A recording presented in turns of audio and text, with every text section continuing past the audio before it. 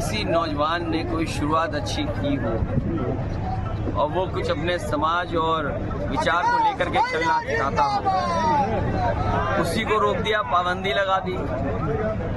तो ये खैर उनका अपनी पार्टी का मसला है, क्योंकि एक नौजवान आगे निकल रहा था, एक उम्र की वजह से मैं उसके पक्ष में हूँ। मान लो अभी इस रैली में एक लड़का आया जो बैरिकेडिंग तोड़ करके निकल गया और मेरे मंच तक आ गया। सोचो उसकी चिट्ठी में क्या लिखा, वो अग्निवीर व्यवस्था को खत्म करना चाहता है। तो सोचो जो नौजवान दौड़ करके वो हासिल करना चाहता हो नौकरी, तो सोचिए ये गुस्सा है लोगों के अंदर।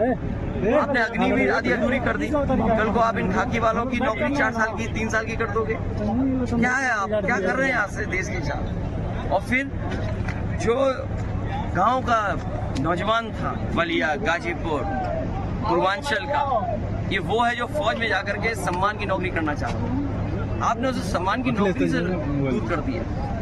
ये जो पीडीए परिवार है, ये पीडीए और पी से पूर्वांचल, तो पूर्वांचल और पीडीए परिवार और पी से ही प्रोग्रेसिव, एनडीए एन निगेटिव हैं।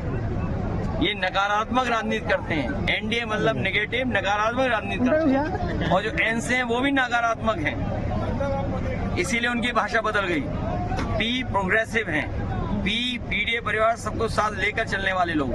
सर आजमगढ़ में अपर्णा यादव भी प्रचार करने उतरी, इसको कैसे देखते हैं? कोई बात नहीं, ये कोई बड़ा मुद्दा नहीं है। जी सर, बड़ा मुद्दा ये है कि बलिया आते आते डबल इंजन के इंजनों का धुआं क्यों निकल जाता है। सर अपर्णा यादव का जो प्रचार है, सर अपर्णा यादव का जो प्रचार है, कोई यादव पर कोई असर पड़ेगा यादव वोटरों पर आजमगढ़ में? सर अपर्णा यादव का ये लड़ाई संविधान बचाने की है। इस पीडीए परिवार के साथ सब जुट गए हैं, और हमारे सनातन जी का नाम तो जानते हैं ना, जिसकी शुरू अंत है ही नहीं, सनातन। और इन्होंने तो पहले दिन ही चुनाव जीत लिया, उससे बेहतर और कौन चुनाव जीत सकता था। पिछली बार तो रह गए थे, लेकिन इस बार रहने वाले नहीं हैं, इस बार लोकसभा में जाने वाले हैं। सर बीएचयू बलात्कारियों को बचाया जा रहा है, क्या कहना चाहते हैं? बीएचयू बलात्कारियों को बचाया जा रहा है। उनकी तस्वीर मुख्यमंत्री के साथ है। जी सर, तस्वीर बीजेपी वालों के साथ है।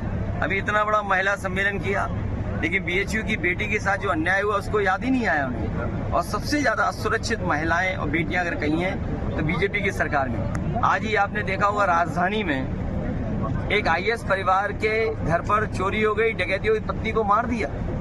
ये कानून व्यवस्था है। सोचिए, एक आईएएस की पत्नी की हत्या हो जाए उसके घर में, और क्या कह रही है, लॉ एंड ऑर्डर। इन्होंने लॉ एंड ऑर्डर अलग अलग कर दिया। ये लॉ एंड ऑर्डर केवल धर्म के आधार पे देखते हैं, अपने वोट के आधार पे देखते हैं। इससे ज्यादा अन्याय और इससे ज्यादा संविधान की धज्जियां कभी नहीं उड़ी होंगी जो भारतीय जनता पार्टी की सरकार बनी।